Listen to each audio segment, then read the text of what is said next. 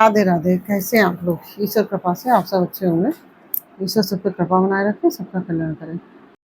आज हम बताने जा रहे हैं कूर्म जयंती के विषय में।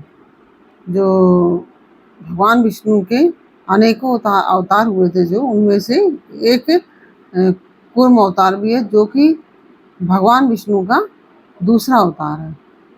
नारायण पुराण के अनुसार कूर्मा अवतार भगवान विष्णु के दूसरे अवतार हैं, जबकि भागवत पुराण के अनुसार ये विष्णु जी के 11वें अवतार हैं।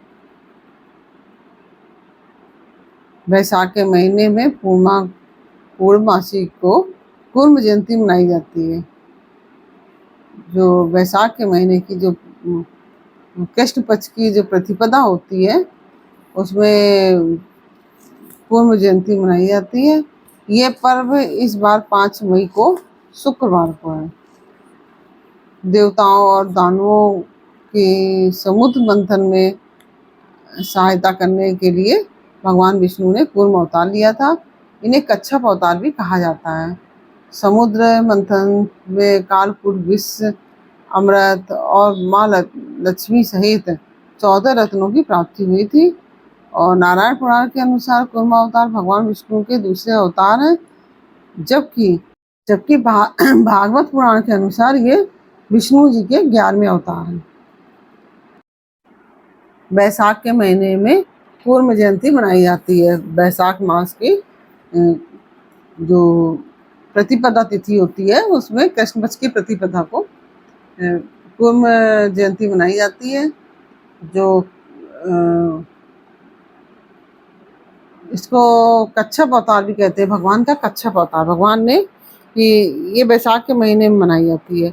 और ये पर्व जो है देवताओं और दानवों की जो समुद्र मंथन की सहायता करने के लिए भगवान विष्णु ने जो कूर्म अवतार लिया था, और जैसे इन्हें कच्छप अवतार भी कहते हैं, कच्छप अवतार लिया था जो भगवान ने समुद्र मंथन में कालकूट, विष, अमृत और माता लक्ष्मी सहित 14 रत्नों की प्राप्ति हुई थी। नरसिंह पुराण के अनुसार कूर्मा अवतार भगवान विष्णु के दूसरे अवतार हैं, जबकि भागवत पुराण के अनुसार ये विष्णु के 11वें अवतार हैं। और इस दिन भगवान ने कच्छप अवतार में जब देवताओं और असुरों ने समुद्र मंथन किया था, तब भगवान विष्णु ने कच्छप अवतार यानी कि कछुए का अवतार लेकर और कछुए के रूप में मंदराचल पर्वत को अपनी पीठ पर रख लिया था। उसी दिन की याद में आज भी यह दिन कूर्म जयंती के रूप में मनाया जाता है। इस दिन विशेष रूप से भगवान विष्णु की पूजा की जाती है। भगवान के विग्रह को स्नान आदि कराकर उन्हें वस्त्र आभूषण से सजाया जाता है, और इसके बाद धूप दीप नैवेद्य आदि से उनका पूजन किया जाता है। दिन भर व्रत कर रहने के बाद शाम को भगवान कच्छप की कथा सुननी चाहिए। भगवान के कच्छप अवतार की कथा सुननी चाहिए। समुद्र मंथन के लिए तो हुआ था जो अवतार, उसकी कथा इस प्रकार से है। पौराणिक कथा के अनुसार एक बार देवताओं को अपनी शक्ति पर बहुत अहंकार हो गया था। एक बार महर्षि दुर्वासा ने इंद्र को परिजात, जो पुष्प होता है ना, परिजात, जिसको हर श्रृंगार भी बोलते हैं, परिजात पुष्प की माला भेंट की। अहंकार बस इंद्र ने उस माला को ऐरावत हाथी के मस्तक पर डाल दिया। यह देख ऋषि को इंद्र पर क्रोध आ गया और उन्होंने देवताओं को श्रीहीन होने का श्राप दे दिया और उनकी सुख समृद्धि खत्म कर दी। उन्होंने श्राप दे दिया, जिससे कि उनकी सुख समृद्धि सब समाप्त हो गई। श्राप के प्रभाव से लक्ष्मी सागर में लुप्त हो गई। इससे सुर असुर लोक का सारा वैभव नष्ट हो गया। इस घटना से दुखी होकर इंद्र भगवान विष्णु की शरण में गए। भगवान विष्णु ने इंद्र को देवताओं और दानवों सहित समुद्र मंथन के लिए कहा। तब भगवान विष्णु के कहे अनुसार राक्षस और देवता मंथन करने के लिए तैयार हो गए। इसके लिए मंदराचल पर्वत को मथानी और नागराज वासुकी को रस्सी बनाया गया। मंदराचल जो पर्वत था उसको मथानी बनाया गया और जो नागराज वासुकी थे उनको मंदराचल पर्वत बनाया गया। नागराज को वासुकी की नागराज वासुकी को ऋषि बनाया गया। देव और राक्षसों ने मंदराचल को समुद्र में डालकर मंथन करना शुरू कर दिया, लेकिन पर्वत का आधार नहीं होने के कारण वो समुद्र में डूबने लगा। ये देखकर भगवान विष्णु ने बहुत बड़े मतलब कछुए के रूप लेकर समुद्र में मंदराचल पर्वत को अपनी पीठ पर रख लिया। इससे पर्वत तेजी से घूमने लगा और समुद्र मंथन पूरा हुआ। अब हम आपको बता रहे हैं कूर्म जयंती का महत्व क्या है। शास्त्रों ने इस दिन को बहुत महत्ता मानी गई है। शास्त्रों में मान्यता है कि इस दिन मान्यता के अनुसार इस दिन से निर्माण संबंधी कार्य शुरू किया जाना बहुत ही शुभ माना जाता है। कोई चीज़ का निर्माण करना है आपको तो वह बहुत ही शुभ माना जाता है। कूर्म जयंती के अवसर पर वास्तु दोष दूर किए जा सकते हैं। नया घर, भूमि आदि पूजन के लिए, जैसे नया घर लिया आपने, भूमि आदि ली है तो उसके पूजन के लिए सबसे उत्तम समय होता है और बुरे वस्तु को शुभ में बदला जा सकता है जो ये जयंती है वाले दिन को, इसलिए ये बहुत ही महत्वपूर्ण दिन है। और ये उपाय करें कि वास्तु के अनुसार कूर्म जयंती के दिन घर में चांदी या धातु से बना हुआ कछुआ लाना बहुत शुभ होता है। इससे नकारात्मक जो ऊर्जा होती है वो कम होती है।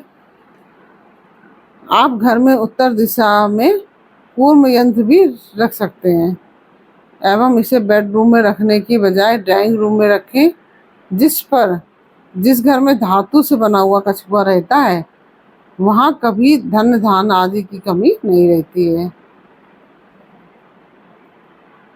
लक्ष्मी जी स्थायी रूप से वहाँ निवास करती हैं। वहाँ पे धन धान की कभी भी कमी नहीं रहती है और लक्ष्मी जी हमारा हमेशा स्थायी रूप से निवास करती हैं, क्योंकि कछुआ भगवान विष्णु का ही एक रूप है।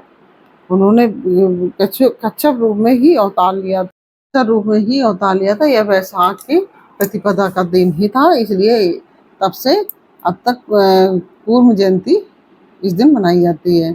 और दूसरी कथा यह भी आती है कि देवराज के सौर्य को देखकर ऋषि दुर्वासा ने उन्हें परिजात पुष्प की माला भेंट की, परंतु इंद्र ने इसे ग्रहण न करते हुए वह माला अपने हाथी के ऐरावत को पहना दी और ऐरावत ने उसे भूमि पर फेंक दिया। दुर्वासा ऋषि ने इससे क्रोधित होकर देवताओं को श्राप दे दिया, जिसके कारण देवताओं की शक्ति क्षीण हो गई। देवता लोग घबरा गए और ब्रह्मा जी के पास गए। ब्रह्मा जी ने उसको भगवान श्री हरि के पास भेज दिया। भगवान विष्णु ने देवताओं से कहा कि तुम समुद्र मंथन करो और उसमें अमृत निकलेगा, उसे पीकर तुम्हारी शक्तियां जो है वो पुनः वापस आ जाएंगी और तुम अमर हो जाओगे। इस विशाल कार्य को मंदराचल जो पर्वत है और वासुकी जो सांपों के राजा है वासुकी के सहारे किया जा सकता है। इस सहारे के लिए असुरों का भी सहारा लेना पड़ेगा। यह बात सुनकर सब देवता हैरान हो गए और तब भगवान विष्णु ने उनको समझाया।